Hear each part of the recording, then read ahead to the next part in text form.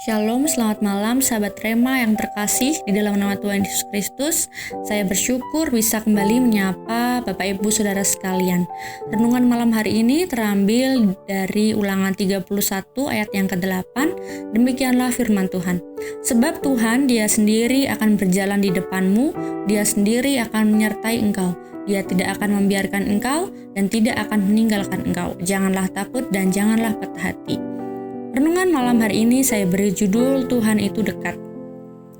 Bapak Ibu Saudara sekalian, bukan hanya dosa yang menghancurkan kita, akan tetapi juga seringkali kelalaian kita sebagai manusia.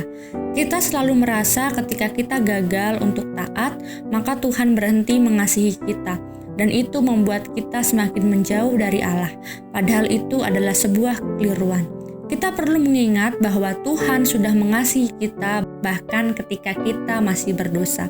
Ketika kita melakukan saat teduh bersama dengan Tuhan, maka kita akan semakin mengasihi Tuhan.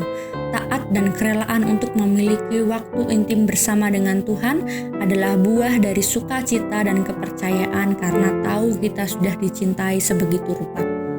Seperti orang tua yang sayang kepada anaknya di setiap fase kehidupan anaknya. Dari anaknya masih bayi, belum bisa melakukan apa-apa, hanya bisa menangis, anaknya tetap dicintai. Apapun yang dilakukan anaknya tidak membuat orang tua tidak sayang kepada anaknya. Jadi, kita melakukan segala sesuatu bukan agar Tuhan semakin sayang kepada kita, tetapi karena kita melihat diri kita seperti Tuhan melihat kita. Ketika kita sadar, kita pasti tidak mau menyia-nyiakan hidup kita dan hidup biasa-biasa saja. Ketika kita tahu kita dikasihi Allah, tentu kita tidak akan sengaja melakukan hal yang menyakitinya. Mungkin banyak faktor psikologi dan emosional yang mempengaruhi di mana kita merasa Tuhan jauh dari kita, seperti kelelahan, entah itu karena bekerja atau aktivitas dan rutinitas lainnya. Kekecewaan, masalah dalam mengelola amarah, ataupun perasaan tidak aman. Yang harus selalu kita tanamkan adalah entah kita merasakan atau tidak, Tuhan tetap mengasihi kita.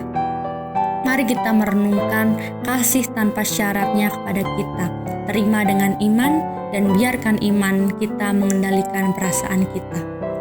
Mari kita berdoa. Tuhan Yesus, terima kasih untuk kasih-Mu yang tanpa syarat bagi kami Tuhan. Kami bersyukur untuk setiap penyertaan-Mu hingga hari ini. Terima kasih juga Tuhan untuk renungan pada malam hari ini.